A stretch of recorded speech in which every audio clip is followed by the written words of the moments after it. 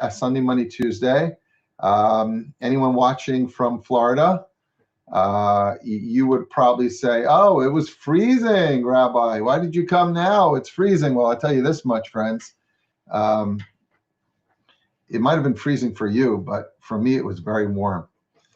On Sunday, we had a wedding.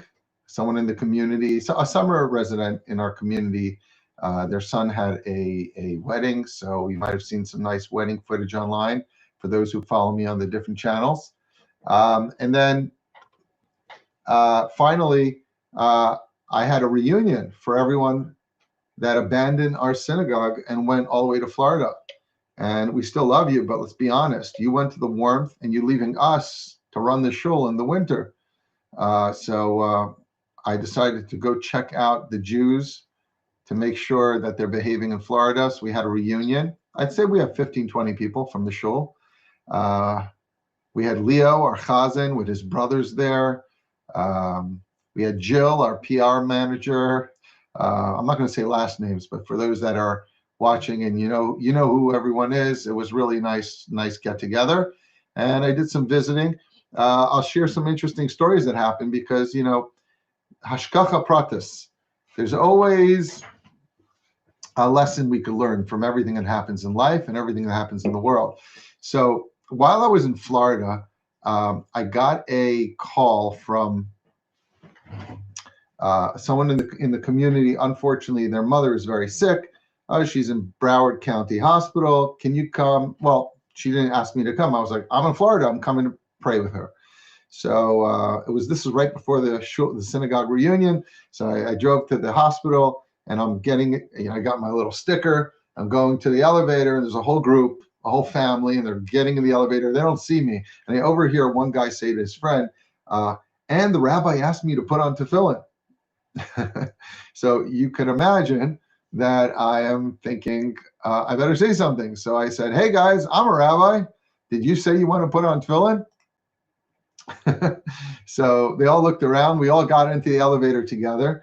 And so we started chatting, and someone said, hey, tell the rabbi the story. So I'll tell you the story that they told me. One guy said to me, I'm a professional poker player.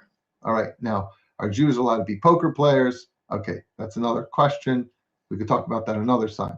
But this guy says, I'm a professional poker player. I was at a tournament, and there was a rabbi there or around, and he walked over to me because there was a break, and he says, you want to put on tefillin? So I said, sure. I picked up my sleeve.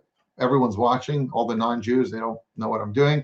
We did the tefillin, okay? And then I don't know how the game works, but a little further on, the guy says, I won a tremendous a prize. And then suddenly all the non-Jews said to the rabbi, can you do that to me as well? They also wanted to put on the tefillin.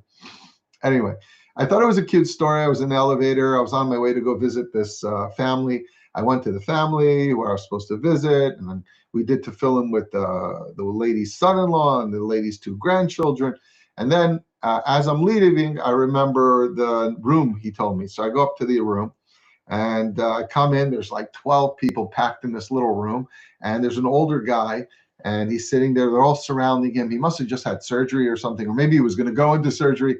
And the guy says, I say to him, my name's Rabbi Rappaport. Would you like to pray with me? Would you like to put on tefillin? And at first I said, what's your name? He says, my name is Morris. I said, oh, Moshe. He says, how did you know? So I said, it says it right over here, right? Every rabbi knows, like, Morris is Moshe, most of the time, not always. Anyway, so he puts on tefillin. He knew how to do it himself, older fellow. He said the Shema by heart, and he got very emotional. He was like crying. And everyone in the room was watching. They were all videotaping this older, I think it's their uncle, their grandfather, whoever it was. And then afterwards he says, and now, Rabbi, I want you to put on tefillin on everyone in the room. So I was very busy. I wrapped another 6 people tefillin, and I was late to my thing because I'm always late. By the way, thanks for that gift. That's cool. Thank you. But we got a lot of tefillins in. So I don't know, what's the lesson? The lesson is listen to people as they're talking in the elevator, and you never know if you never know what's going to happen.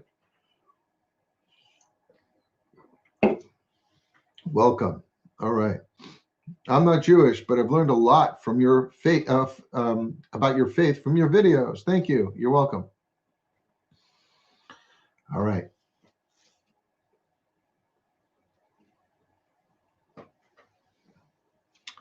So someone's asking me to talk about Hashgacha Pratis. I'm not going to do that right now because I have an agenda.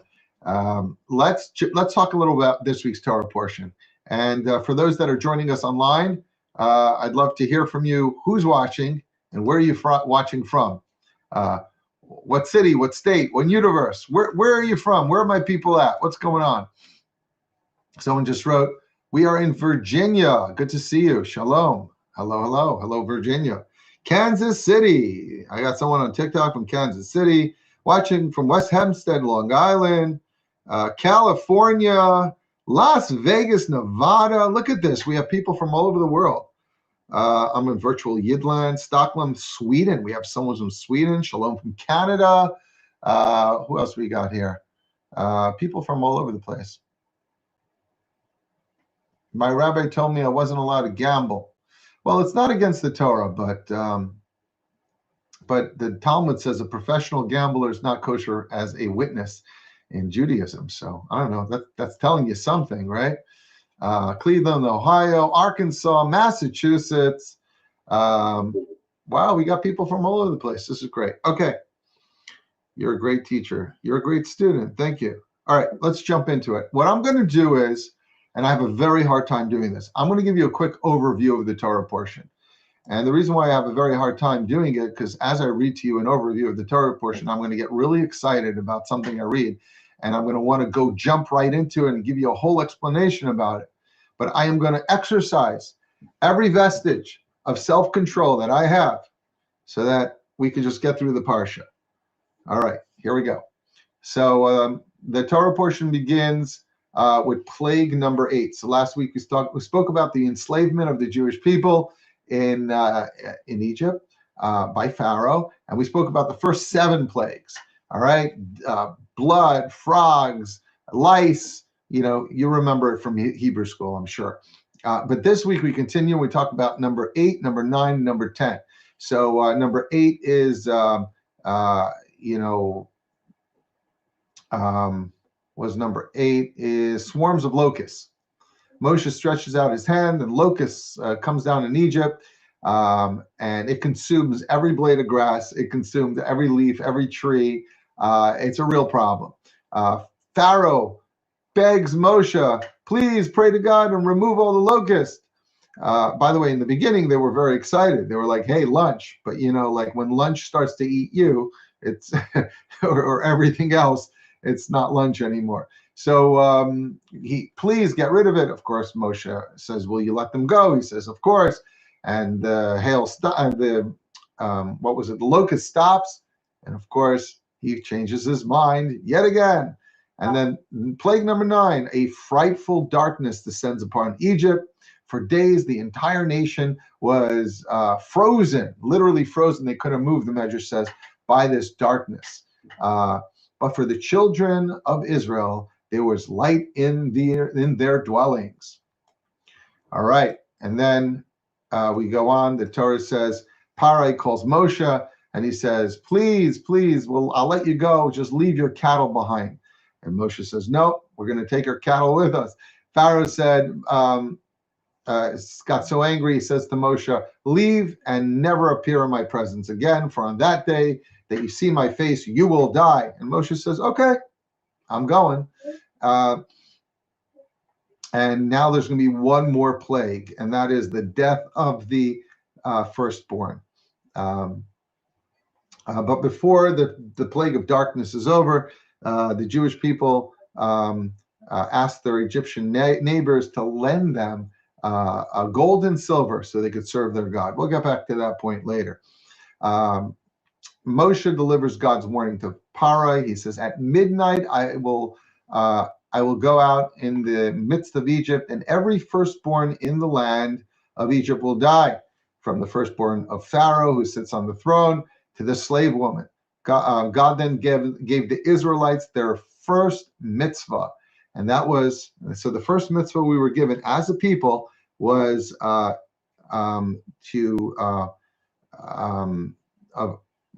count the Jewish calendar. And what that really means is the new moon is a new Jewish month. And so we were taught about the Hebrew month of Nisan. That's the first month on the year. It's not the Rosh Hashanah. That's 6 months later. But it's the first mitzvah we got as a people is the Jewish calendar. And you know what? Without the Jewish calendar, you don't have a Jewish religion, because every holiday revolves around the Jewish calendar. And we're not watching the sun. We are watching the moon. The Jewish people, our calendar is a lunar calendar. It follows the cycle of the moon, and that's the commandment in this week's Parsha. I'll give you some thoughts about that soon. Like I said, I'm going to try to get through everything first. And then once we know when the calendar starts, so now we know that we have to celebrate Passover, and we know that Passover is the day the Jewish people were able to leave Egypt. Okay. Moshe gathers the Israelite elders and conveys to them God's instruction. At the stroke of midnight, God slew all the Egyptians' firstborn. No Egyptian home was spared. Egypt erupts into a great outcry. Pharaoh awoke and raced to Moshe, begging him to take the Israelites and leave. The Egyptians pressured the Israelites to leave as soon as possible. So the Jewish people left quickly. Now you know the story about the matzah. You know, there's no time to bake the bread. They were being rushed. The Egyptians were pushing them out. They were like, get out of here. We need this to end. And now they left with the valuables of the Egyptians. And they have the dough on their backs without time to rise. They eat the matzah. They take the matzah with them. And midday on the 15th of Nisan is the day the Jewish people left Egypt. God gave the Israelites several mitzvahs. So even though the Torah is not given until next week, next Shabbos, we read about it in Yisro, there's a few mitzvot the Jewish people got. So we said the first one is to make a Jewish calendar to follow the moon, know when the new moon starts. Another mitzvah is God says the firstborn Israelites are sanctified to God. And what that really means is what was intended is the firstborn were supposed to be the priests of the Jewish people. Stick around a few weeks and you'll find out that that didn't play out. Instead, the tribe of Levi became the priests. But originally, the firstborn sons were supposed to be the priests of the Jewish people. The next mitzvah was to eat matzah on Passover. If you eat matzah on Passover, please let us know in the comments. And more importantly, let us know, are you a square matzah person or a round matzah person? Because the Jewish people, during the times of Exodus, they ate the handmade round shmura matzah. There was no machines back in the day. So that's another mitzvah we read about in this week's Parsha. We are told that we are obligated to teach the story of Exodus to our children. That is an obligation on Passover. We tell our children what happened to our ancestors, how we were freed from Egypt. So we also taught in this week's Parsha to bring all male firstborn kosher animals as sacrifices. Obviously, today we don't have sacrifices, so it doesn't really apply, but the mitzvah is there for when Mashiach comes. And then there's another mitzvah to redeem all male firstborn donkeys for a sheep, which is given to the Kohen, the priest. Again, that's temple time stuff. And then here's another mitzvah that we end the Torah portion with, to put on tefillin on our head and our arm every single day. That mitzvah is found in this week's Torah portion. Someone said, I love it. Beis HaMikdash loves it. That's great. I'm glad to see you love the mitzvahs.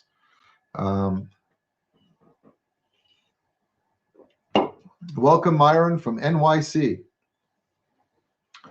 Very good. All right, guys. So we got through the overview of this week's Parsha. Let's get into it. Someone asked, do you believe this is historical or metaphorical? That's a good question. So I believe the Torah is historical. people will argue, prove it. Look, even if you don't believe the Torah is historical, if you study the Torah and you see the wisdom, it makes no difference what you believe. You can still gain tremendous meaning from studying the Torah. Obviously, I believe that this is actually happened, and this was given from Hashem to humanity. All right.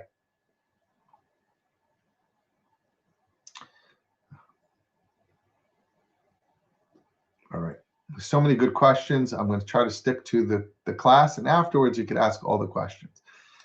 Can a Catholic wear a yarmulke? These are great questions. All right. So here we go. I'm going to take a couple verses from the Torah. I'm going to read it, quote it, and then I'm going to jump into it and give you another point of view. All right. So, and God says to Moshe, Boy el Parai, come to Pharaoh. This week's Torah portion is called Bo, and it means come, and it's because God is telling Moshe, come to Pharaoh. So the sages are a little perturbed here. What does it mean, come to Pharaoh? It should be go to Pharaoh, not come to Pharaoh. It sounds like God is hanging out with Pharaoh, and he's like, yo, Moshe, come here, hang out with us. You don't think God's with? So what's going on? And I think the lesson our sages are point out is something very powerful.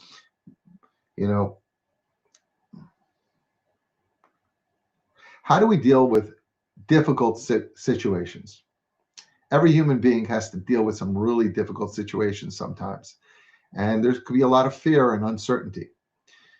So God says to Moshe, By el Parai, come to Pharaoh. God says, you're not going on your own. You got to face Pharaoh. It's scary. The guy's a psychopath. He's evil. He's a lunatic. What are you going to waste your time? I'm never going to overpower him. It's the whole Egyptian empire against me. That's what Moshe is feeling. Sometimes we feel that way when we have to face darkness in our lives. God says, no. Boy, el Parai, come to Pharaoh. You're not going alone. I'm going with you. And I think those opening words are so powerful. Just to know, to really be able to have faith, to believe that whatever we go through, we're not going through it alone. Very good. Hashem is saying, go, but also come, because he's with Moshe and he's with us. Very good. Am Yisrael Chai 85. And our sages say that Moshe was distressed. Why? He was uncomfortable to see that the forces of evil are capable of such strength. Like after 7 plagues, smashing down in Egypt, Paro is still saying no. God says they don't have any power on their own. It's only because I hardened Pharaoh's heart that he's able to say no.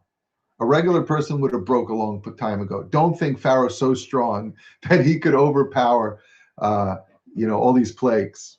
Now he's being punished where he can't even say yes if he wants to, which addresses the big question that people often ask, and that is, how is it possible that God punishes Pharaoh when he hardens Pharaoh's heart?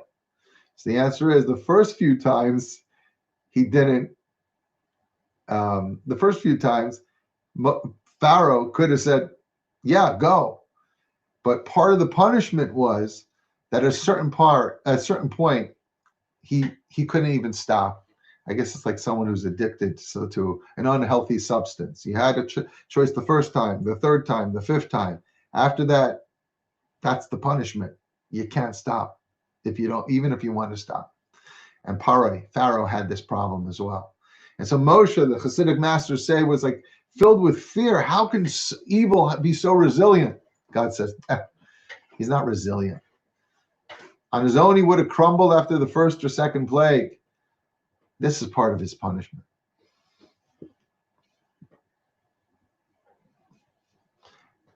Moshe tells Paro, we will go with our young and with our old and with our sons and with our daughters.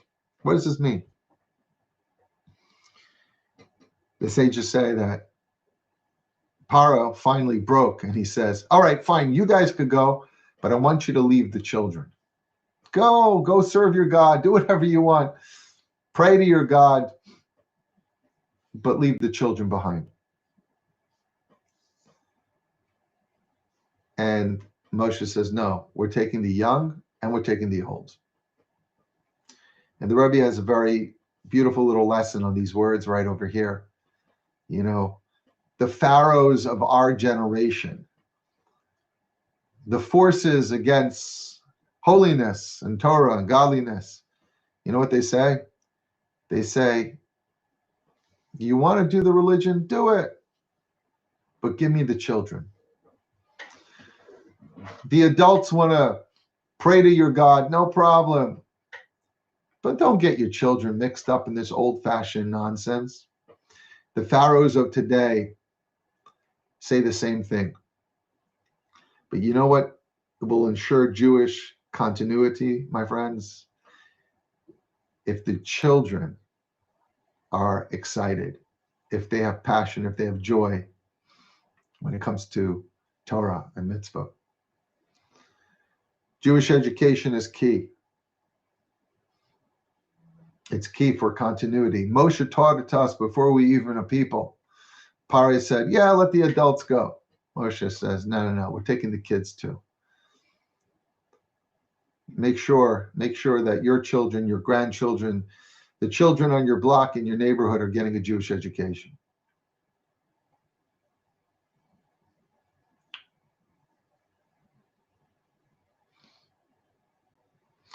And the next plague was the darkness.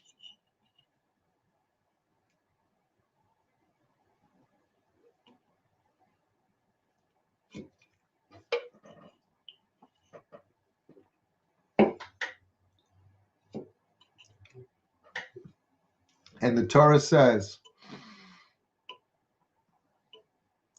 man saw not his fellow, neither rose any from their place for 3 days.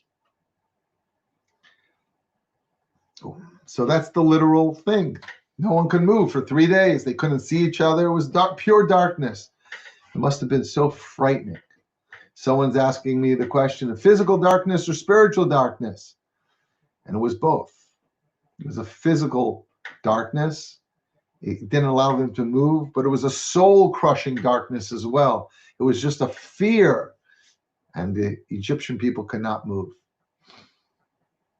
And the sages lean into these words, a man saw not his fellow. And the sages say, you know what the greatest darkness in the world is? When a man does not see their fellow.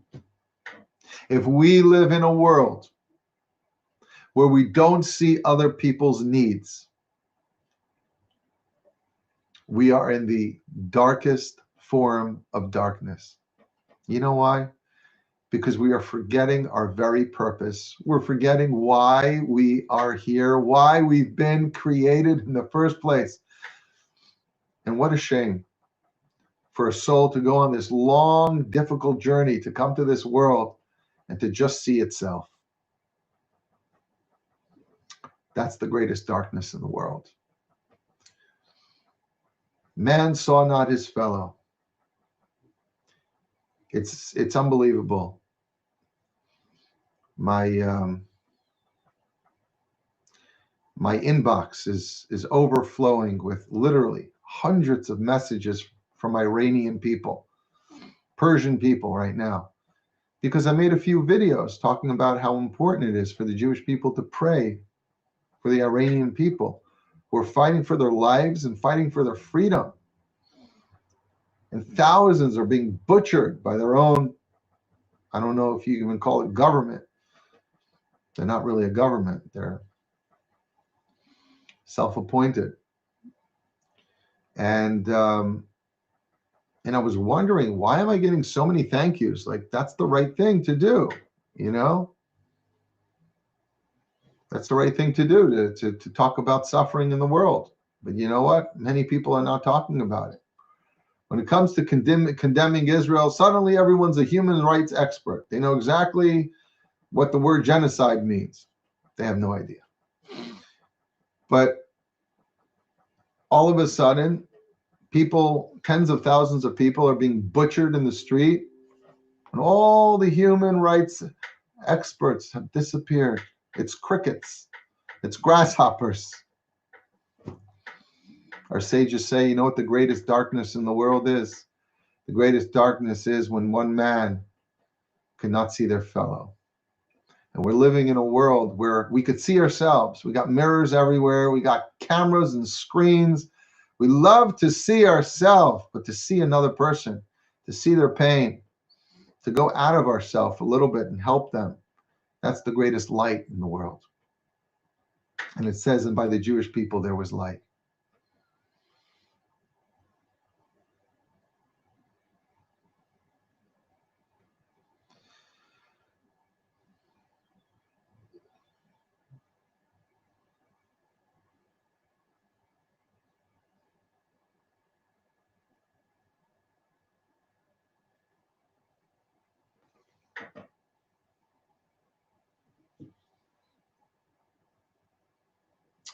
Anyway, sorry I took a little pause to read some of the hate messages that are coming in online.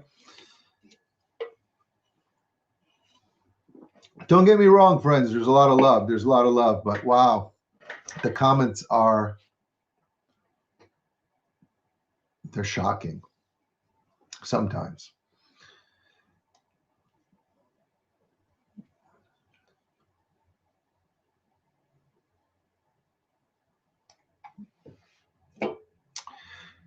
So listen to this line from this week's Torah portion. It's a little strange. So it's time for the Jewish people to go, and God spoke to Moses. Please, he says, please. He's asking for a favor. Speak into the ears of the people that every man should ask of his neighbor, and every woman should ask of her neighbor, of articles of silver and articles of gold. And we know the Jewish people left Egypt with a lot of gold, a lot of silver. But it's a little strange. Who's thinking about silver and gold? Imagine, I'll give an example. God forbid, there's one of the hostages are sitting in a tunnel for 700 days, starving, in pain, barely able to breathe, no food, no water, wondering if their family is even alive. And suddenly someone says, listen, you could stay here another week and we'll give you $1,000. We'll give you $1 million. Or do you want to go home right now? What are you talking to me about money? Let me home right now. I don't know if I'll wake up tomorrow morning. God tells Moshe, please, he says, please go tell them to go take gold and silver from the Egyptians. It's a little strange. So actually the commentaries explain that Hashem made a promise to Abraham. And the promise was that his ancestors will be enslaved in Egypt. But he promised them that he would take them out with wealth. And now he's about to take them out. And the Jewish people were not thinking about wealth. They could not care about wealth, but God made a promise to Abraham, and he needed the promise fulfilled. So the language is very, very strange. He says, please tell them to go get gold and silver from Egypt. Also, we know the gold and silver was ultimately used to build the Mishkan, the tabernacle, the house for God, the temporary temple in the desert.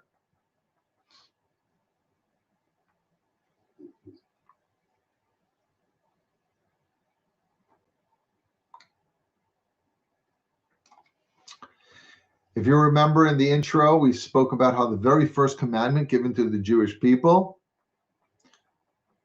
Somebody wants me to read the comments. You're going to have to stick around. I still got stuff to talk about. Later I could answer the comments, all right? Sorry, my TikTok friends. Someone wants me to talk about the Talmud and about Amalek, all the hot topics. That's for later. Okay. Next week we're going to talk about Amalek actually.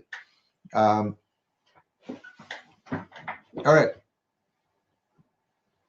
So the first commandment given to the Jewish people as a people was the commandment of the Jewish calendar to bless the new month. And we said that the Jewish calendar follows the moon, the lunar cycle, not the sun, like the regular secular calendar, but the moon. And every time there's a full moon, oftentimes there's a holiday. Like in this month, we're having the month of Shvat, where it just started yesterday, 2 days ago, new Hebrew month, Shvat, which means a new moon was born. And then on the 15th day of the month, you have the full moon, and that is Tu B'Shvat, the birthday of the trees. And Sukkot is on the 15th day of the Hebrew month, when the moon is full, representing like light. Passover's on the 15th day of the Hebrew month, full moon Passover. If you ever have your Seder and you look up in the air, out the window, you see this gorgeous moon on Passover night. That's because it's always on the 15th day of the month. And our sages say that spiritually, on a deeper level, the Jewish people are compared to the moon, because the moon has no light of its own. Rather, it's a reflection of the light of the sun. Right? The sun is composed of hydrogen and gases, which by nature is conductive in giving light and energy. The moon doesn't have any fuel. It's just a solid mass floating in outer space. So where does the light come from? It reflects the sun. And so we as human beings remember that our light is a reflection of God. And then we have the power then to illuminate others. You never know how powerful a full moon is until you shut all the lights off in your city. Go camping, go out in the wilderness and look at a full moon. It's unbelievable. And we have the ability to emanate that kind of reflective light. Sometimes we walk around and we feel like we're the sun, like I am the source of light. What a mistake. What an ego trip. We're like the moon. We reflect God's light. Remember where your light comes from. The analogy is also always compared to Moses and his greatest disciple, Joshua, who became his successor. It says Moses was like the sun and Joshua was like the moon. And in this context, Joshua was like the ultimate student, so humble. He reflected all the light of his teacher. So, I mean, there's different analogies.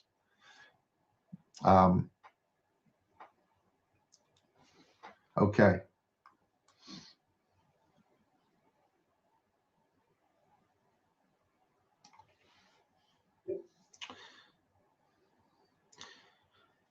Before the Jewish people went out of Egypt, God gave them something to do that was not easy at all.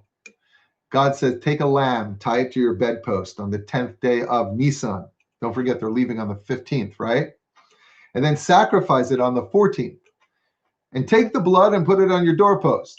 That was the Paschal lamb. That's a little strange. Why we get so busy cooking food if we were enslaved in Egypt? Open the doors and run. The commentaries point out something interesting, that the sheep was the god of the Egyptians. They would worship the sheep or the ram. Can you imagine the chutzpah it takes to take the god of your oppressor and tie it to your bedpost, and the whole night it's making noises, and the Egyptians are running around town, where are all the sheep? And then to slaughter the god of the sheep and put the blood out on the doorpost. And the angel of death was meant to skip over the the houses of the Jewish people. That's why the holiday is called Passover, right? The angel of death passed over the Jewish homes, and only the firstborn of the Egyptians were killed. Someone just wrote, poor little sheep. You must be a vegetarian. But that takes a tremendous amount of chutzpah. To take the god of your oppressor, tie it up, sacrifice it, put the blood on the outside of your doorpost. And not only that, the Torah tells us how we have to cook the Paschal lamb. Normally, when it comes to sacrifices, there's no instructions. You can cook the lamb, the food, the sacrifice, however you want. You want to fry it, you want to saute it, you want to, whatever you want. There's so many different methods. Steam it, it's fine. Smoke it. But God says for the Paschal lamb, clearly in the Torah, it says, and you shall roast it over a fire. And you know what that means? You know what happens when your friend has a barbecue? Everyone in the block knows about it. When there's a barbecue, all of a sudden you have new friends you didn't even know about. Hey, what you cooking there? You got an extra sausage? Kosher one, of course. Can you imagine the night of the 14th? The entire Egypt smelled like roasting Egyptian God. That wasn't easy.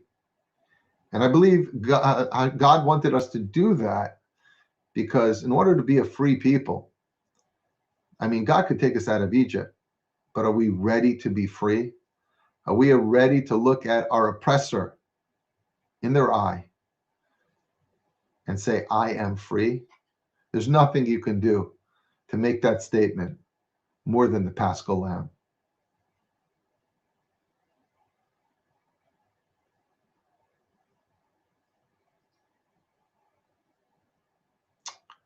Oh, wow. Thank you for the gift. Someone just gave us on TikTok, just gave us a bunch of confetti.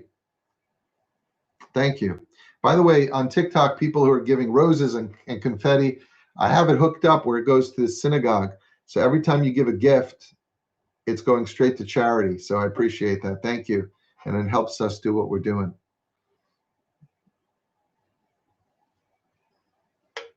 Yes, I study Zohar sometimes.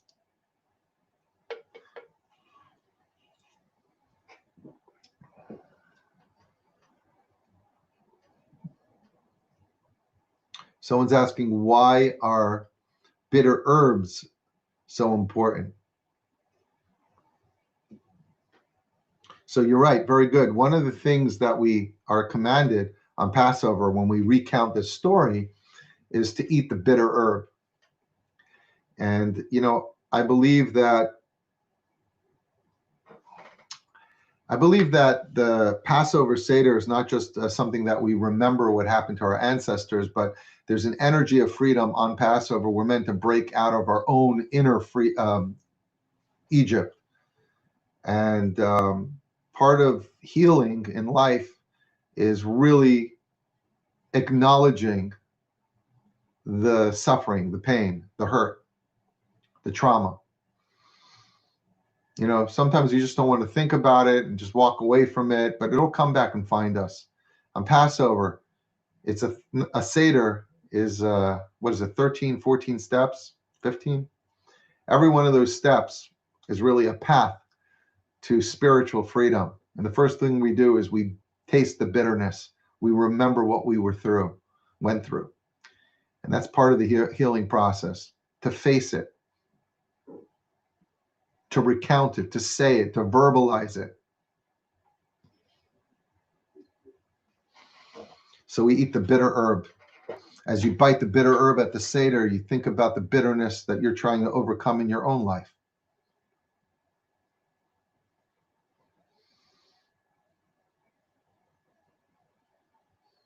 Rabbi, my dad is a big fan of yours. Thank you. Appreciate that. What about you? Are you a fan? Okay, that's too egotistical of me. Sorry about that. Your video shorts are always the highlight of my day. A blessing always. Thank you, Jeffrey.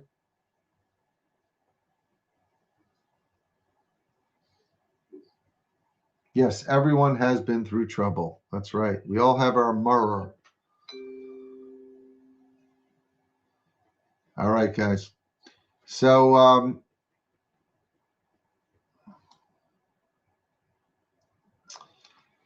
the Parsha says, and it came to pass on that very day, God took the Jewish people out of Egypt. In the Passover Haggadah, we say, if God had not taken our forefathers out of Egypt, our children and our children's children would still be enslaved to Pharaoh today.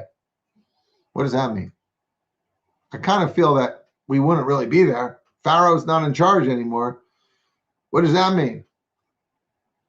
Our sages explained that the children of Israel had become so entrenched in paganism at that time and the depravity of Egypt that if God didn't take us out, it might have been too late. We were this close to no return.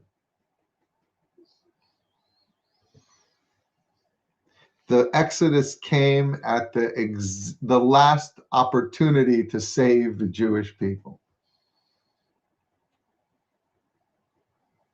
Had they remained in Egypt even a moment longer, there would have been no children of Israel to redeem.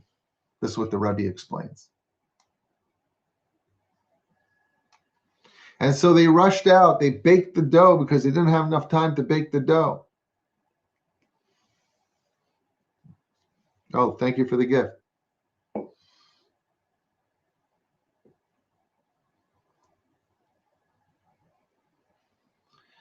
What was the rush?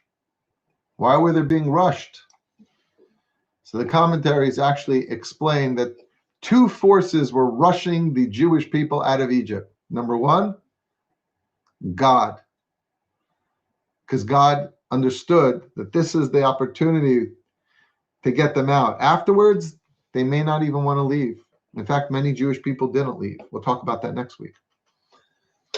And the other thing is the Egyptians themselves were hoping that the Jewish people won't change their minds because it was an internal struggle as well. Many were like, I don't know, go in the desert, follow Moses. Where am I going to get food from? Where am I going to get water from?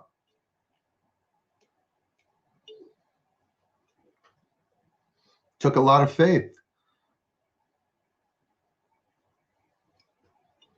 So the Egyptians saw that the Jewish people weren't sure if they're going to leave or not. The Egyptians were pushing the Jewish people out. God was pushing them out. Not one more minute. We don't know what's going to happen after this.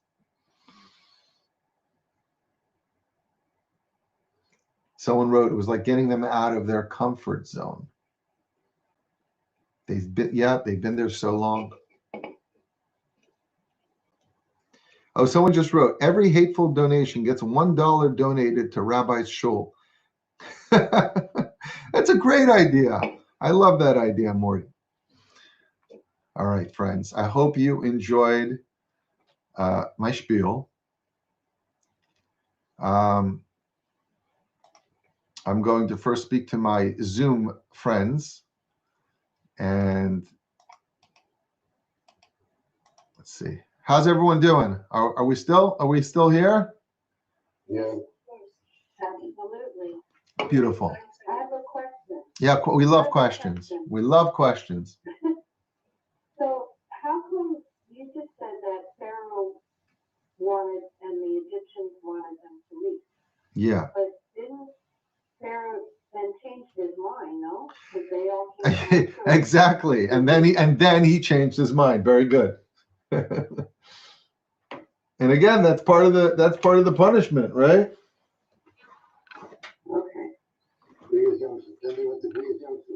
Yeah. Now next week we're going to talk about the splitting of the sea. That's a fun one. Mm-hmm.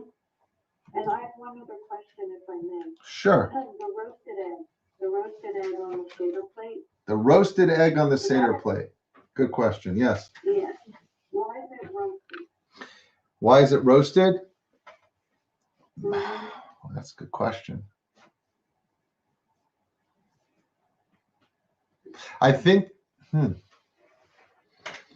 well, let's take a step backwards. The egg on the Seder plate is to remind us of the second Passover sacrifice called the Korban Chagiga, which was the holiday sacrifice. So there was a general holiday sacrifice and a Paschal lamb for Passover. There were two sacrifices. So the Korban Chagiga represents the second sacrifice that was offered on the holiday. And I guess it was, the sacrifice was cooked on the altar, right? So the roasting of it, I would assume represents the cooking, the roasting of that sacrifice. Thank you. Thank you for the gift. Can a Jew pretend to be like Pharaoh in order to beat Pharaoh? We have to explain that one. Family forever. Amen.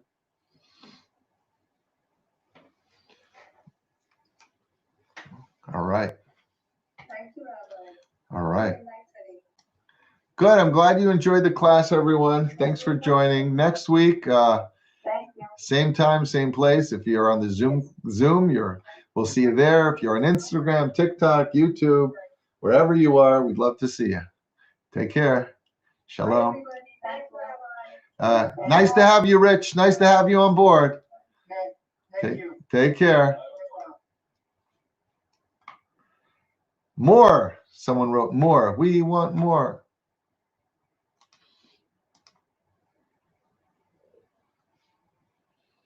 I will DM you. Okay, sure. Can anyone convert to Judaism? The answer is technically yes, but it's very hard. You have to follow all these laws. Oh, thank you for all these gifts, by the way. Are you guys giving gifts because people are giving anti-Semitic comments? I'm not even looking at them, but that's a great idea. Every time someone says an anti-Semitic comments, we donate money to the synagogue. I love that. Yeah, so you could convert to Judaism. It's very hard. We encourage you to be a Noahide instead. That's someone who's not Jewish, and God loves all people, but you have to follow the 7 laws of Noah, which is the basic laws of just being a good person. Don't kill, don't steal, believe in God, don't commit adultery, yada yada.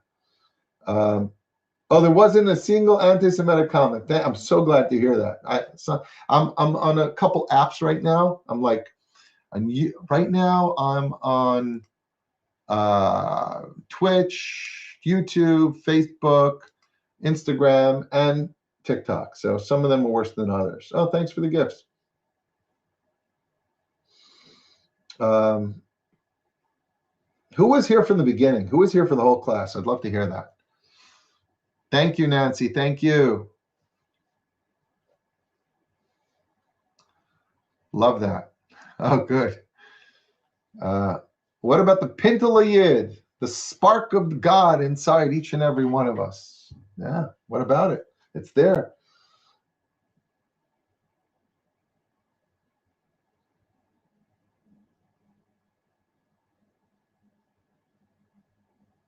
The Rebbe now versus the Rebbe in the past. I'm not sure what you mean by that. I wish I came for the class. Yeah, I try to go live and it's more, I'm definitely on YouTube and TikTok, Instagram. I try to get on TikTok too.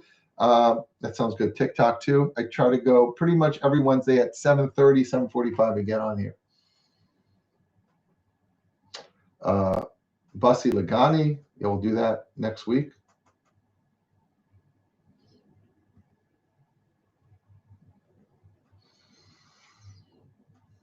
What's the difference between Talmud and Torah? Great question. So the Torah is the 5 books of Moses. It's the words God gave us. The 613 commandments are in the Torah. But the Talmud is the oral tradition, which is the discussion about the details that are not written. I'll give you a perfect example. The Torah says you shall make a sign on your doorpost. Like every Jewish person knows that sign is a mezuzah, right? But it doesn't say, what that sign is and how it should look and what the words of the parchment should be like and how to hang it. All that was passed down orally from Moses to the Jewish people. So there's 2 parts of the Torah, the written law and the oral law. And basically the Talmud is a discussion about how exactly to live life as a Jew. There are many opinions in the Talmud. It took about 500 years for the Talmud to be written. There's about 800 rabbis, and they argue about everything. There's a lot of wild opinions. They're all written down. They're not all what Judaism believes, but it's the discussion. And you have the rabbis on the right, rabbis on the left, different, opinions. And it's the most intriguing study, Talmud. So I know online there's all these people that are like so uneducated. They have no idea what Talmud is. I have the Talmud right behind me right now. They couldn't even probably read 4 lines of Talmud and understand it because it's so complex. And they're quoting like misquotes that aren't even there. They have their own quotes, and they're like quoting the Talmud, and they're like, the Talmud says this, the Talmud says that, and they have no idea what the Talmud is. What about Kabbalah? So Kabbalah, great question, is the secrets of the Torah, mysticism. The Kabbalah is the secrets of the Torah. So just like a person has a body and a soul, well, look at all these gifts coming in. Thank you. Just like a person has a body and a soul, so too the Torah has a body and soul. So the body of Torah would be the laws and the stories, and the Kabbalah is the soul of the Torah. It's the more mystical dimensions.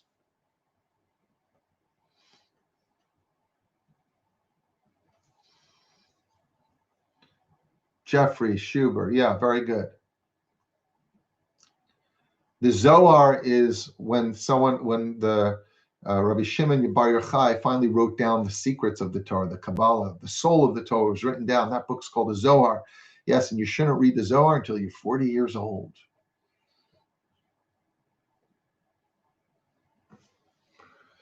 If my mother isn't Jewish, can I become Jewish? Yes, you could become Jewish. It's very hard. I would recommend, instead of trying to become Jewish, be a Noahide. To be a Noahide.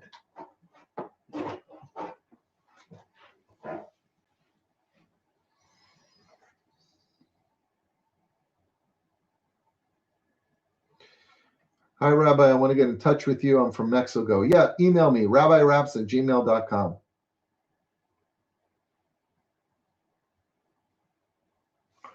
Quick question. Are the Torah readings the same throughout Judaism every week, despite the country? Yes, we all do the same cycle. It takes a full year to read the whole Torah.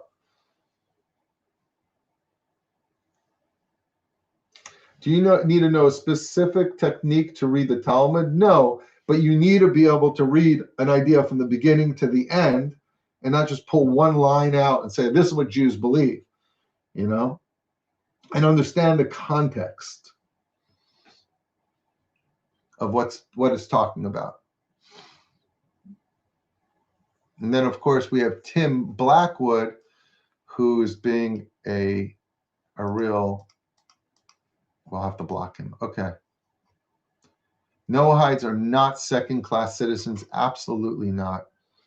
I have a class on Monday nights. You could come and join me on my other account, Humans for Noah, by the way. I'll write it. Check out the Humans for Noah. And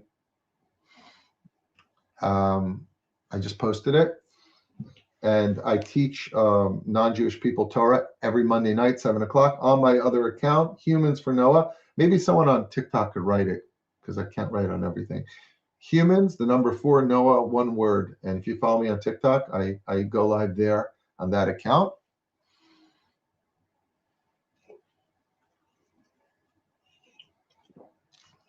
People, Zionism, Jewish, the haters try to say, oh, I'm not anti-Semitic, I'm just anti-Zionist. But no, you're anti-Semitic, most of you. And I'll tell you why. The anti-Semitic people are very concerned about what's going on in Gaza. And I am too, by the way, but they're only concerned about what's going on in Gaza. People are being butchered in Syria. If people are being butchered right now in Iran, you won't hear the Free Palestine people say a word, hush, nothing. But if there's a Jew involved, and they could spin it that there's a Jenna, I don't want to finish the word. Yeah. Do you go on live on Instagram as well on Monday nights? Yes, but on the other account. Let me write it so you see it. Humans for Noah. Boom. That's the other account. You got to follow me there. Oh wait, hold on. You know what's funny? I'm on the Humans for Noah account on Instagram right now. I logged into the wrong account. So normally on Instagram, I am on Rabbi Raps, but I thought I was a Rabbi Raps, so I'm actually on Humans for Noah on Instagram live right now. So all those people from Rabbi Raps are probably like, where is the rabbi? Yeah, so this is the account. If you're on Instagram, this is the account I go out live on Monday nights. Do you believe in the Greater Israel plan? I don't know what that plan is.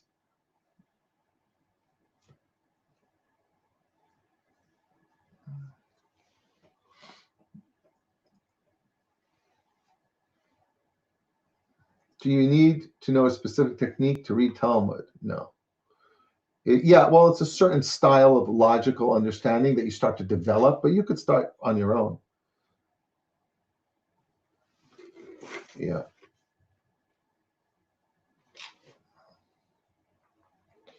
I have questions out. So many questions. What's the difference between the Babylonian Talmud and the Jewish Talmud? That's a very good question. It's a different. They were developed at the same time. There were rabbis. Hold on. There were both Talmuds were developed at the same time. There were rabbis in Babylonia because we were exiled from Israel by the Babylonians. So we were exiled, and so much of Jewish life started to develop in Babylonia. But then there's some rabbis went back to Israel, and there was like two schools. So there was a discussion about oral law happening in Israel and a discussion happening also in Babylonia. So there were two Talmuds written. Some of the information was delivered from one to the other, but the difference between the two Talmuds is the Babylonian Talmud is a lot more complex, and it's very hard to follow. It's tremendous mind exercise to do it because you could sharpen your cognitive abilities. But I lost my train of thought. Oh, and the Jerusalem Talmud is actually much simpler, a lot less arguments back and forth. It's sort of a question and an answer, question and answer. The Talmud of the Babylonian Talmud is so much more complex, and it's satisfying. Someone wants to know, Rabbi Victor Fax, can I please sponsor a class for your shul? That's so nice. Absolutely. RabbiRaps@gmail.com. You're welcome to email me. I'll give you instructions, and we will dedicate the class to you or a loved one. Yes. If I'm converting, should I seek a Sephardic rabbi since my paternal lineage would, or would it just be any Orthodox rabbi would suffice? So I think any Orthodox rabbi would suffice. And then once you're Jewish, you would choose whether you want to be Sephardic or Ashkenazic, and you know, that's, you know, you could choose that later. Tim Blackwood says, stop the genocide, but he doesn't know what genocide is. Go Google genocide.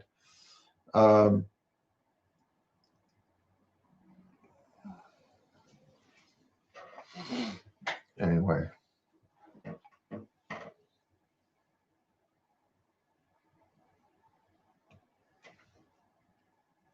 Am I a Jew if I know my grandparents that are Jewish from both sides? But some generations. Well, it really only it only goes by the mother's side. So if your mom's mom, let's say, was Jewish, and maybe they got lost but we could track that, then yeah, you would be Jewish. $5 donated to Rabbi Raps. Oh, thank you. Haredim. What do you think about the Black Israelite movement? Are you talking about the people when I was in yeshiva on the trains that would yell at us, "You're not the real Jews, we're the real Jews"? Is that who you're talking about?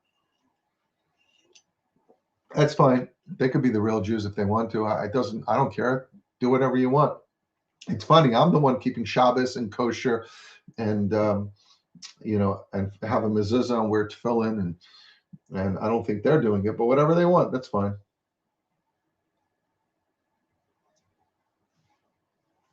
Free world. Yeah, if your mom's not Jewish, you're not Jewish. You might have some Jewish DNA, but you don't need to be Jewish because God loves all people.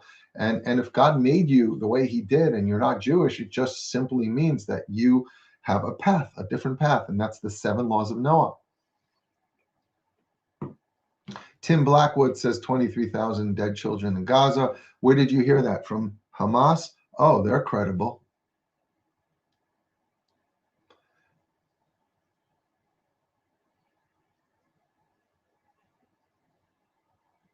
Yes, if I could end the fight, I would. I want only peace for the Palestinian people, and it is And while the world wants to blame Israel, Hamas is using their people as human shields, and it's terrible. It's tragic.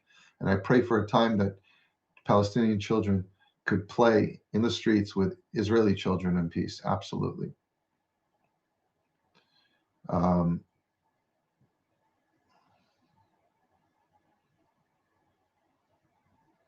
A Jew is a Jew is a Jew. We don't believe anyone is observing better than anyone else. However, we need to act right, especially good to one another. Yes, definitely.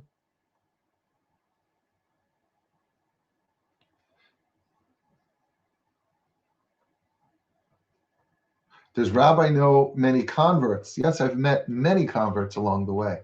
In fact, I'm reading a book called Choosing to be Chosen. A woman who follows me sent me her story, which is really cool. So if you're a convert, look up, Google the book Choosing to be Chosen. I'm enjoying it. Am Yisrael Chai, Joni. Thank you.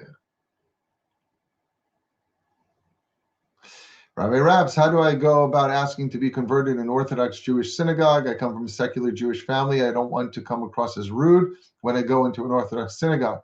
You're not going to be rude. Just be respectful. You'll be fine.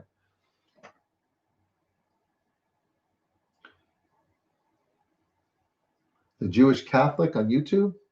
Interesting. What do you think of goys? Eric wants to know, what do you think about goys? Well, first of all, Eric, I'd like to correct your grammar because goys is not the plural of goy. Goyim is the plural of goy. The word goyim is plural. It's not a derogatory term. It means nations or nation. A person who's not Jewish is called a goy. But also a Jewish person is sometimes called a goy. In the Torah itself, God calls the Jewish people goy kadosh, a holy nation. Now you could spin it and say it in a derogatory way, but I don't say the word goy in a derogatory way. In fact, look at my channel from yesterday or today. I just posted a video with my favorite Shabbos goy, my friend Lenny, and you'll see that the use of the word goy is very endearing.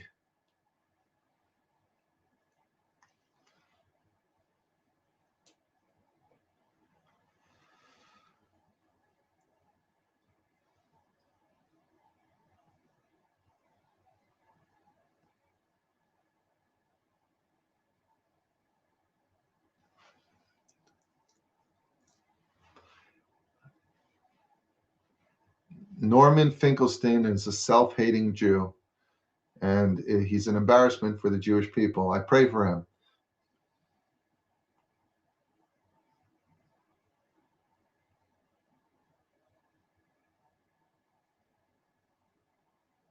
Can you get tunes pumping in the live? That's a cool idea. What about Metzitza Bepeh? Oh, the anti-Semites love Metzitza Bepeh. But they have no idea about anything Jewish. Mazozel? I don't know what that is. Who is Yeshu person who's rotting in feces? Yeah, the Talmud says there's a person named Yeshu rotting in feces. That's true. Oh my gosh. What did I say that caused my life? It says for 10 minutes on Instagram, that on TikTok, they're not going to share it with anyone because I said something that was like a trigger word, I guess. I don't know what I said.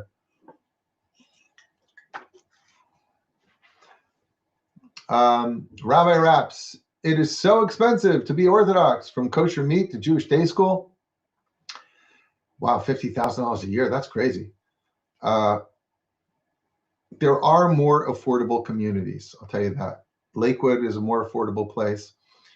Tuition's a lot more affordable. There's neighborhoods that you can get more affordable houses. You got to shop around a little bit. Florida, South Florida, there are communities that are more affordable. And also Florida, they give you a voucher for children to go to school. Everyone gets a voucher. I think like $8,000 towards tuition.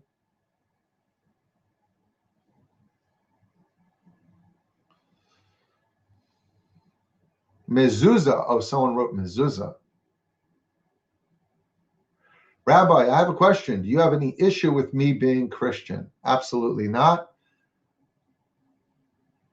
I have many Christian friends, and some of them have deep faith, and it's inspiring to me. I don't agree with the beliefs of Christianity personally, but we could agree to disagree. That's fine. My shul membership fees alone are $4,800 a year. The problem is you're not going to Chabad because most Chabads have no synagogue membership, and you could do that. Will you ever be a guest on Clappy and Frank podcast? Yeah, if they invite me. They're a fun group. I like their stuff pops up in my feed sometimes. Oh yeah, so the Talmud says that Yeshu is burning in his own feces. So, by the way, the Talmud could say that, and it's not a bad thing. And I'll tell you why. Hear me out. Because the Talmud is the opinion. There's 800 rabbis who give their opinion, and some of them said ridiculous things that no one believes in. So just because something's said in the Talmud doesn't mean Jews believe that. Just if you see something shocking in the Talmud, just know it was the opinion of one man in general. But that's not the truth. Is that Yeshu the Talmud's talking about? If you follow who the rabbi was that said it, it was a rabbi who lived 100 years before Jesus lived. So whoever that Yeshu was, it wasn't him because he wasn't even born yet. So I know that anti-Semites love to say Jews believe that Jesus is burning in excrement.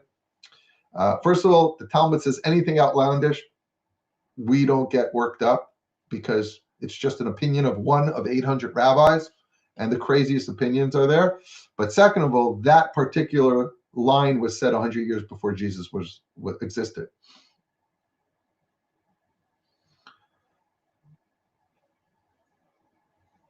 Rabbi, you have to cover the topic of Jesus. Get real info as best as you can. That will help the Christians to understand that they followed an actual Jew. Yeah, we do believe that Jesus existed, and we know he was Jewish. He was a rabbi, and no, we don't see him as God. Or he's definitely charismatic, And I mean, listen, if you believe it and it makes you a good person, good for you. I'm not trying to change your mind. But according to the 7 laws of Noah, you just need God. That's it. Just straight up God.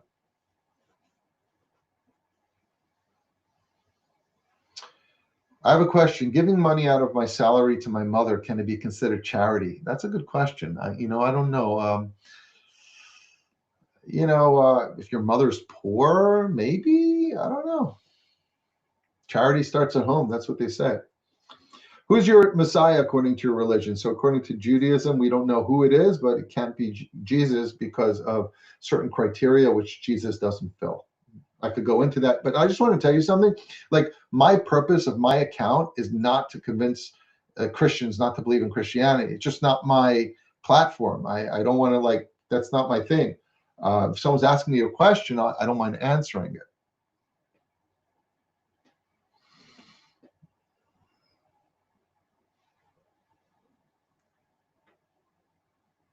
Genuine question. Why do you wear the thing on your head? It's called the yarmulke or a kippah. And basically, we wear it to remind us that God is always above us, wherever we are, and we should act accordingly.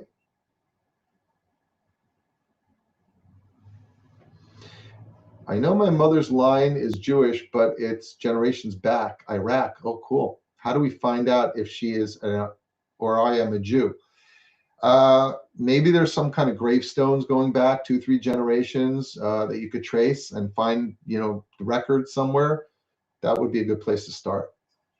And if you can't find anything, you may have to go through a conversion.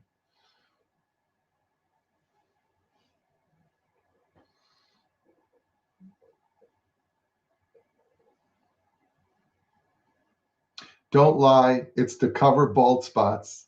Yeah. I'll tell you, the yarmulke definitely helps me cover my, I don't even have a bald spot. I just have bald.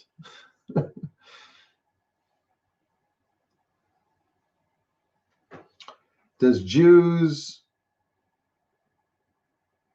Can't read it. Accurate in their calendar from Exodus until today. Can you give me a calendar of yours? You can find a Jewish calendar online.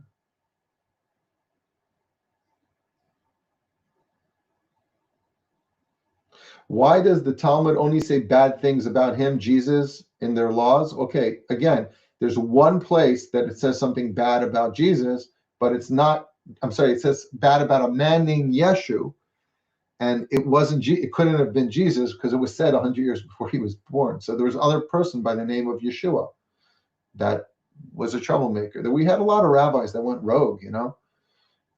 There was a Rabbi Lezer ben Dudaya, there was Acher, there was like rabbis who like went off.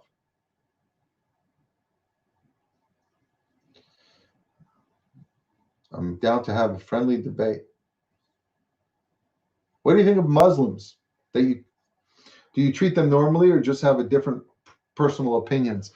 The Muslims that I know in my world are wonderful, and I have nothing bad to say about them. In fact, historically, Muslims have been kinder to Jews than Christians.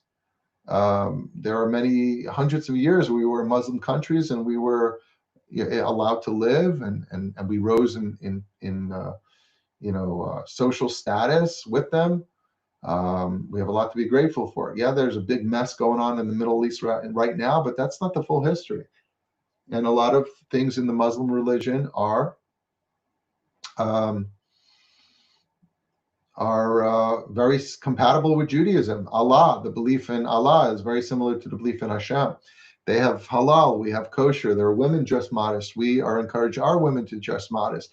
They pray 5 times a day. We pray 3 times a day. I think there's like a lot of nice things. In fact, someone just wrote, I know the nicest Muslims in Atlantic City.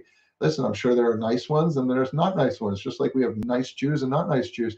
And I just met a imam from Atlantic City, and we had a great time together. He had a lot of questions about Judaism, so I answered them.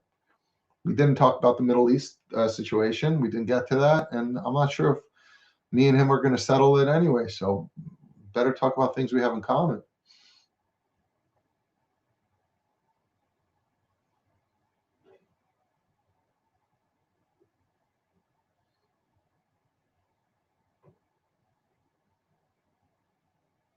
My friend asked me how I could be Puerto Rican and Jewish. I guess you can. You could be anything in Jewish, technically. Wow, I missed a bunch of questions. I love that from you, brother. The thing in the Middle East is a war about territory. Okay. I just noticed you don't have payas. Well, I do because I have a little bit here, but I'll tell you the barber took a lot more off than I thought he would. So it's a little tight this time. He really should leave a little longer here than it is right now. But there's definitely, I just got a haircut the other day. There's definitely something there for payas. Some people have the curly payas. That's not my tradition. Is there any value in keeping a mezuzah in a car? Great question. There's no need to put a mezuzah in a car. It's meant to be in your home, in a place that you live for permanently for at least 30 days.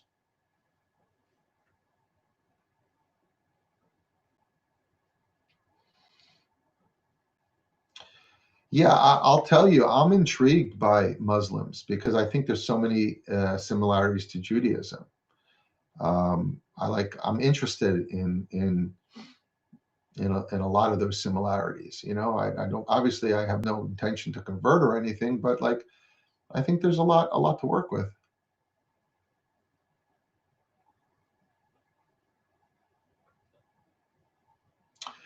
Yale, greetings, Rabbi from Chabad of Northern Illinois. Hey, if you were invited to a temple with a yarmulke, what does that mean? If you were invited into a temple with the yarmulke, what does that mean? I'm not sure I understand your question.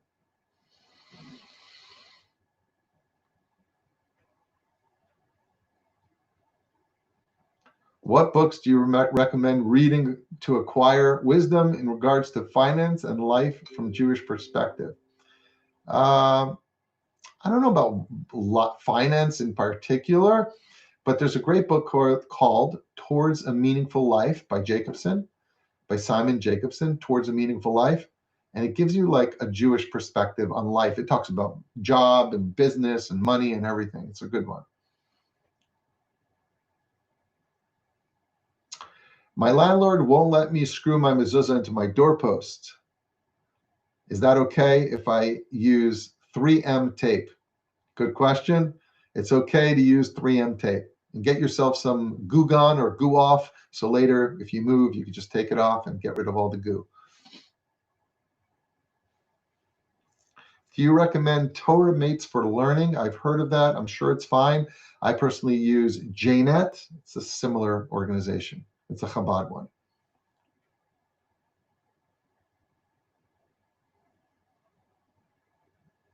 Milton Steinberg, a driven leaf. No, I don't think so. The Torah has all the answers. Yes, I agree. According to halacha, is everyone supposed to date through the shidduch, meaning like a matchmaker situation? No, that's not halachic. If you meet someone on the train and you talk to them and you want to, go out with them, there's no rules against it. It's not in my personal culture. We have a matchmaker. It's a lot more comfortable.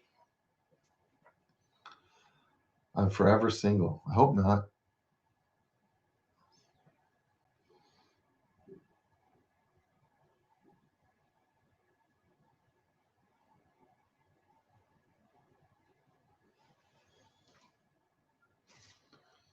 Okay, you know what? I keep missing like all these questions, guys. Sorry. I have the Quran. I was a minister for 25 years and became. You want to learn? Okay.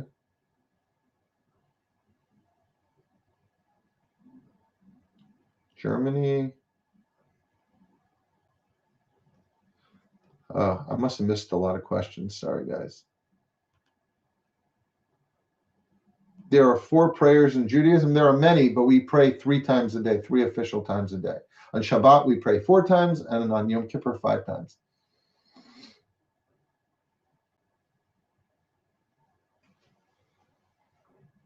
Shabbat Shalom. Shalom from Panama, Rabbi. Hey, I was just in Panama. Check out my feed. I made a bunch of videos of me in Panama. I went to visit the monkeys. I almost adopted one. I was going to call him Maishi. Rabbi Raps, how much Hebrew do Orthodox Jews need to know if they want to be in a synagogue service, just as synagogue members? Technically, you don't need any Hebrew, and that's because we have it all in English there as well. But the more you learn, Hebrew, the more comfortable you'll feel. You can do it slowly. Rabbi, I live in Spain, but I would like to be my spiritual mentor. Is that possible? Absolutely. You're welcome to message me on these apps, and I'll do my best to answer. And you can always email me at rabbiraps@gmail.com.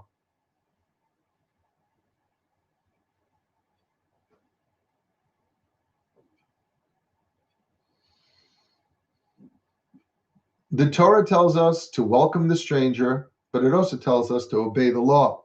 What should we make of what's happening in Minnesota? So unfortunately, everything that's the conversation that's happening in Minnesota, while at the core of it is a question about morals and ethics, once it goes into the realm of politics, it's something I don't deal with. So I don't talk politics, and I'm not going to tell you my opinion either way. And the reason is because I think rabbis should not talk politics. But yes, we have to welcome strangers. But yes, we also have to have laws so that there's a way that someone comes into our country. Now, who's right, who's wrong? Just not getting into that.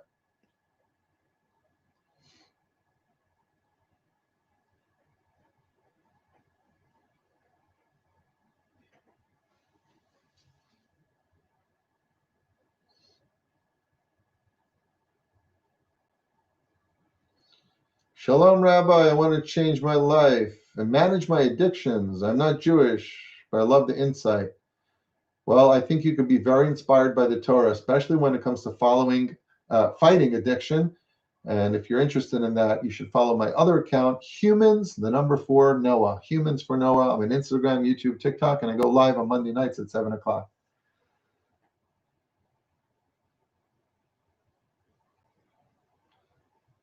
Please put a tefillin stand in. American Dream. They don't have one? I'm surprised. Oh, thanks for the rose. What's your favorite food? My favorite food, Gabrielle, is food that I should not be eating. And I'm not talking about kosher wise. I'm talking about health wise. I love like schnitzel and falafel and oh my gosh, but I try not to eat that so much. Thank you, Rabbi. I look forward to your discussions. Thank you. The Gdolim of Lakewood recently declared that the first ever AI generated fast day. Can a AI convert to Judaism? Is it bad to talk about politics as children of God? Shouldn't we all use all resources to influence the kingdom on earth? Look, I'll tell you my opinion about talking politics, and that is that everybody, no one's really talking to each other, and no one's really listening. They're talking at each other. It's just the sad reality. And if I take one side, the other half is like, oh, I can't listen to this rabbi. My job is not to tell you who to vote for or which politician's right. My job is to teach people Torah. And anytime I take one side over the other, what I'm ultimately doing is I'm pushing the Torah away from 50% of my audience. I don't think rabbis, priests should talk politics.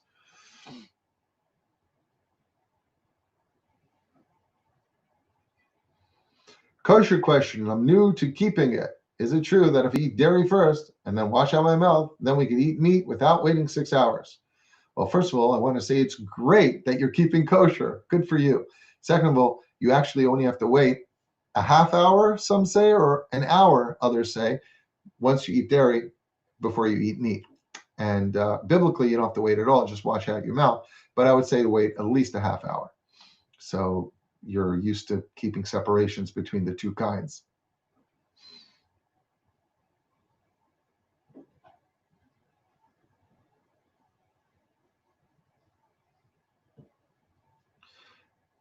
Rabbi, I have a question. I read Tarot. Leviticus talks about staying away from those who charge money. I think we have to stay away from all that kind of sorcery or the claim that they could read your future. We believe in God and we connect to God, and that's it. We don't need all this mishigas. You don't need tarot cards. You don't need mind readers. You don't need hand readers. It's not necessary. It's a distraction from your relationship with God, which should be direct. By the way, the Torah doesn't necessarily say that tarot cards are not real. Could be it is. I don't know. I don't believe in that stuff personally. But if someone said, I know it's all real, I'm not going to argue with you. The Torah doesn't claim it's not. It just says we don't do that. We connect directly with God. We don't need any intermediary communications. But if it's not in the Torah, we don't need it.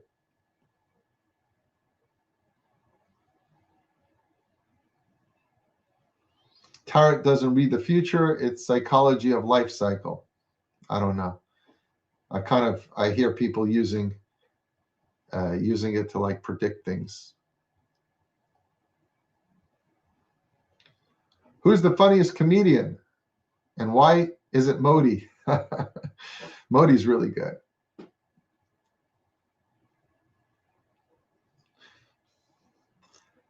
Rabbi, explain to me the real issue regarding eating pork. I've realized that many religions have an issue with it. Even Jesus expelled demons to swine. Well, I don't know about the Jesus part because I'm Jewish, but believe it or not, the laws of kosher are not rational. People say, oh, we don't eat pork because once upon a time pigs were not clean animals, yada, yada, yada. Maybe that's true, maybe it's not. But the reason we don't eat pork is simply because the Torah says not to do it. God says don't do it. That's it. It's a chok. It's in the category of mitzvot that don't make sense. There's some mitzvot that make sense, like give charity. Yeah, that makes sense. But then there are mitzvot that are chukim. They're super rational. We just do them because God said to do it. So I'm sorry for giving you such a boring answer, but we don't eat pork because God said not to eat pork. By the way, the Medrash says that when Mashiach comes, pork will be kosher. And recently, there's like a whole study about. There's a whole like invention where they're able to take cells and grow meat in laboratories, and they say that that's actually not treif. You actually might be able to eat pork grown in a laboratory. I know they have chicken grown in a laboratory, which is actually kosher in Israel.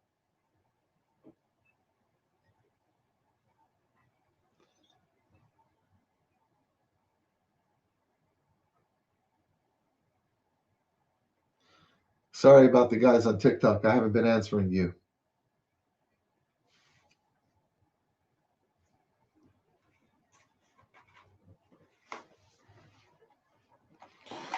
When should I say Moda'ani? That's the prayer we say right when we wake up. We thank God for our soul. Moda'ani should be said as soon as we wake up, while we're still in bed.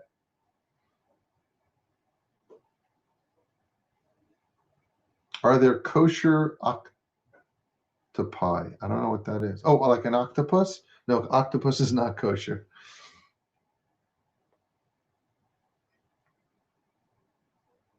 I wake up several times a night. No, it's like when you wake up in the morning when the sun's rising.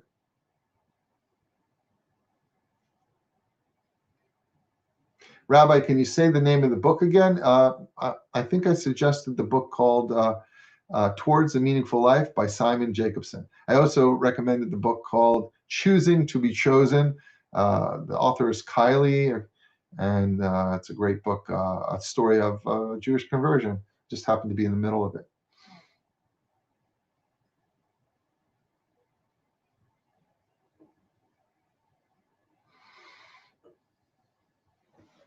There's a philosophical standpoint to the pork impurity. It doesn't have split hooves. But no, it has split hooves, but it doesn't chew its cud.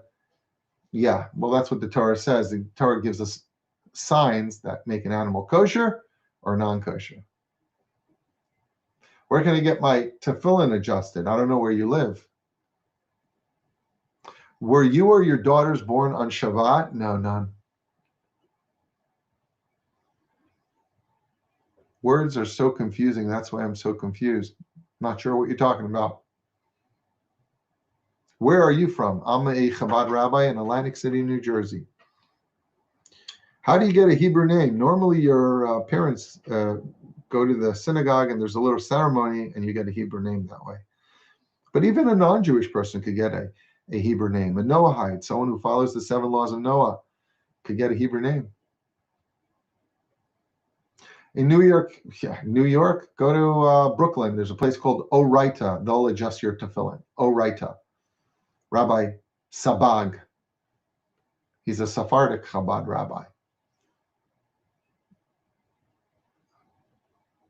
Oh, I'm a child. That's why I'm confused. Oh, you'll grow up one day. You'll understand.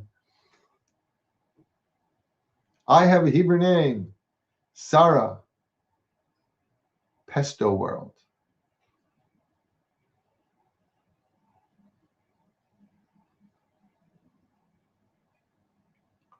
In Spain, they eat a lot of pork. Really? Does God help us go on with life? Absolutely. My Hebrew name is Chaim.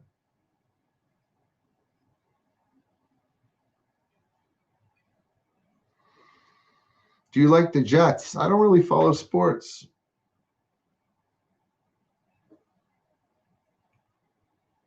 You have underground trolley buses in Atlantic City. I don't think it's underground. I don't think so.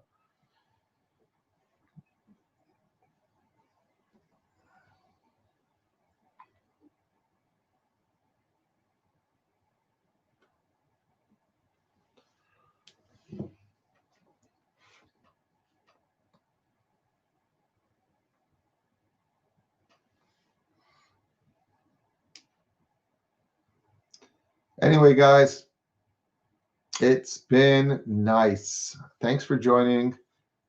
Wish you a good night. Let's do it again next week, 7:30. It's already 9:08. Hope you enjoyed our class. Laila Tov.